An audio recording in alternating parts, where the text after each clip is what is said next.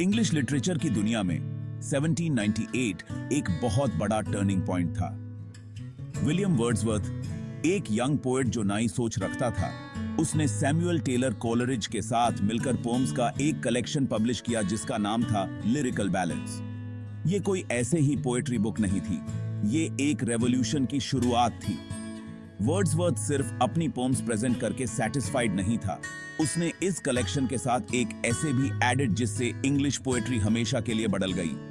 ये ऐसे, जिसे प्रेफेस टू लिरिकल बैलेड्स के नाम से जाना जाता है, इंग्लिश लिटरेचर में रोमांटिक मूवमेंट का मैनिफेस्टो बन गया।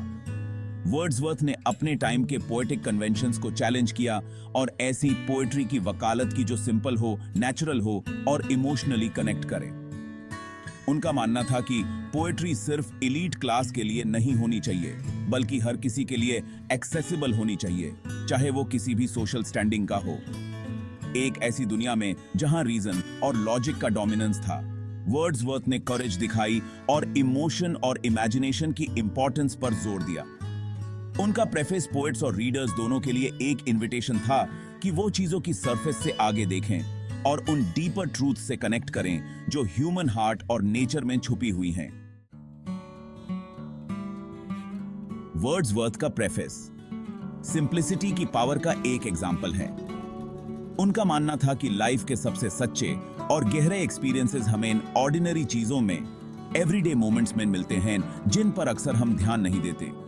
उन्होंने आर्टिफिशियलिटी और ऑर्नामेंटेशन को रिजेक्ट किया जो उनके टाइम की पोएट्री में कॉमन थी, और ऐसी लैंग्वेज यूज करना पसंद किया जो आम लोगों की भाषा के करीब हो। वर्ड्सवर्थ ने लिखा है कि पोएट्री की लैंग्वेज ऐसी होनी चाहिए जो लोग एक्चुअली यूज करते हैं। उनका मानना था कि पोएट्री में एवरीडे स्पीच के नेचुरल रिदम्स और केडेंसेस रिफ्लेक्ट होने चाहिए। सिंपल लैंग्वेज यूज करके और कॉमन एक्सपीरियंसेस पर फोकस करके वर्ड्सवर्थ पोएट्री को ज्यादा से ज्यादा लोगों तक पहुंचाना चाहते थे। वो पोएट्स और उनके रीडर्स के बीच की दीवारें तोड़ना चाहते थे।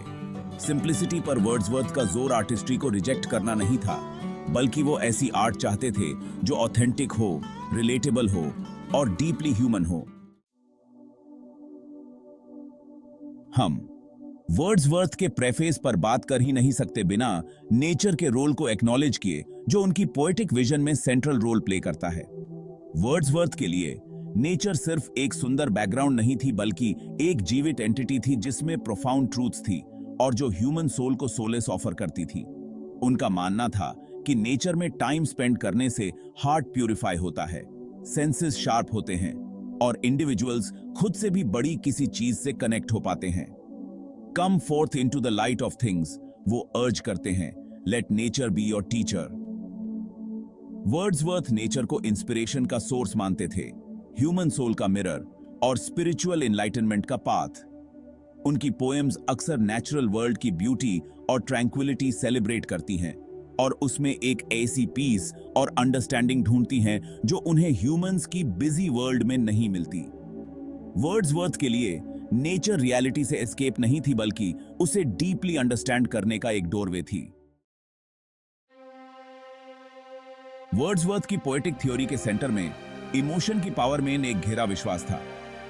उन्होंने एनलाइटनमेंट के रीजन और लॉजिक पर फोकस को रिजेक्ट किया और कहा कि ट्रू पोएट्री ह्यूमन फीलिंग की डेप्थ से निकलती है। Poetry is the spontaneous overflow of powerful feelings, ये उनका फेमस कोट है। वर्ड्सवर्थ का मानना था कि पोएट्री को सिर्फ इमोशंस डिस्क्राइब नहीं करनी चाहिए, बल्कि उन्हें रीडर में इवोके भी करना चाहिए। वो ह्यूमन एक्सपीरियंस की इमीडिएसी और इंटेंसिटी कैप्चर करना चाहते थे, ऐसी लैंग्वेज यूज करके जो विविड और इवोकेटिव दोनों हो।